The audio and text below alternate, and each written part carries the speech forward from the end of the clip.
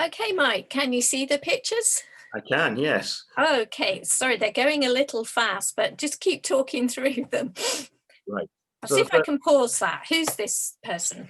so this is really the start of the journey, and this is Balthazar, actually outside his house notionally, looking at the stars and suddenly discovering a new star in the sky, becoming extremely excited and calling to his friend Melchior, who is just across the road. Um, and then they agree to set out on the journey together. And another character in that particular scene is Balthazar's wife, who's not particularly happy about them setting off on. No, it looks like he's standing up high somewhere. Where is he stood? He's actually on a balcony that's part of the youth centre at High Street Church, and the youth centre has two stories, but one part of it is only one story with a balcony on top of it, and that's where they're standing. So the audience actually stood at ground level, looking up and seeing this scene up above them.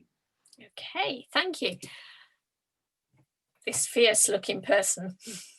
Yes, this is a Roman soldier, and he's standing on the ramparts, if you like. But again, a part of the roof of the church. This is actually above Wesley's coffee shop, but he's watching over the people as they arrive and keeping them all in order whilst they're waiting to be taken on the journey. Quite a fierce-looking character. So a bit of crowd control there. Bit of crowd control, yes. Yes. Oh, I can see who this is. Indeed, yes, and this is the scene with the angel appearing to the shepherds. We've added animals over the years. The first thing that we added was some donkeys who appear in the opening scene, but then the person who brings the donkeys said that they had a couple of sheep. So we said, "Oh, wonderful!" So the last couple of times that we did it, we had some sheep in a pen by the shepherds. And they were wonderful. They obviously the children loved them. And then, of course, we had the angel appearing again on the roof of part of the premises. This is actually above the church hall. And it's always a surprise because the angel is hidden away and then suddenly appears and suddenly is lit up, as you can see in this particular scene. Oh, wonderful, wonderful. And is this carpenter's workshop of some kind? Tell me more. That's right. This is part of the opening. When people arrive, they meet in the church car park. And one of the things we wanted to do was to try and create a little bit of atmosphere before the people set off. As I said, there are some donkeys in the church car park, but we also have Joseph's carpenter's workshop. And part of the storyline is that he's just left his workshop and gone off. Oh, you don't need to explain that one. Just oh. That needs no explanation. Oh. Shepherd?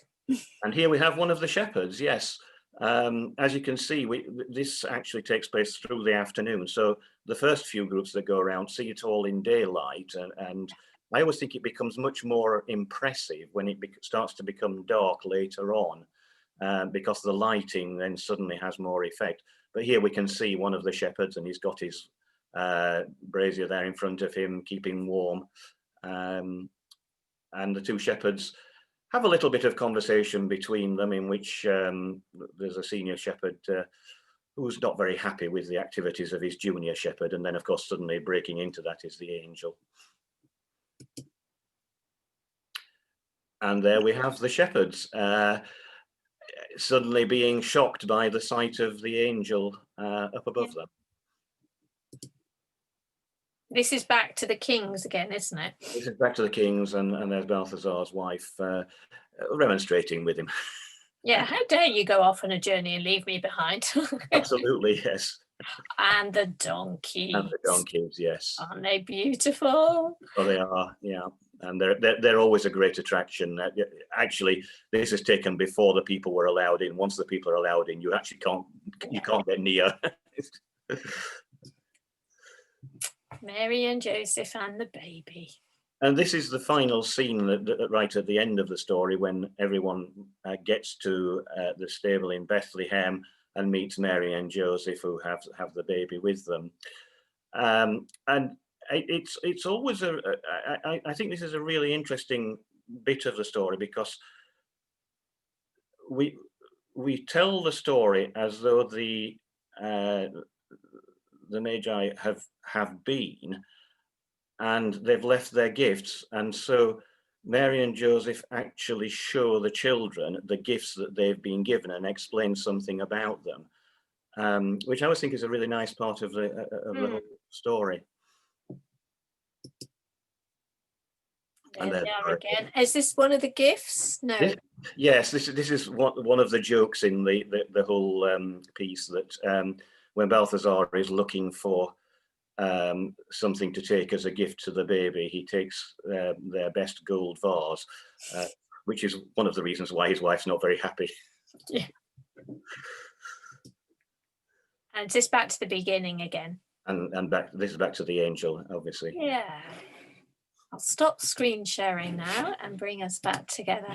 That just looks absolutely wonderful, and something that I appreciate must take an awful lot of effort. But I really hope that people, when they've seen it, have appreciated it. And what an opportunity to share the story of Jesus coming to earth. We can't take it for granted that people know it. So that's just amazing that you've done that. Yeah, we've had a lot of parents, particularly, who thanked us for doing it and said, this is really the only place now that the children actually do hear the story in the detail which you tell it.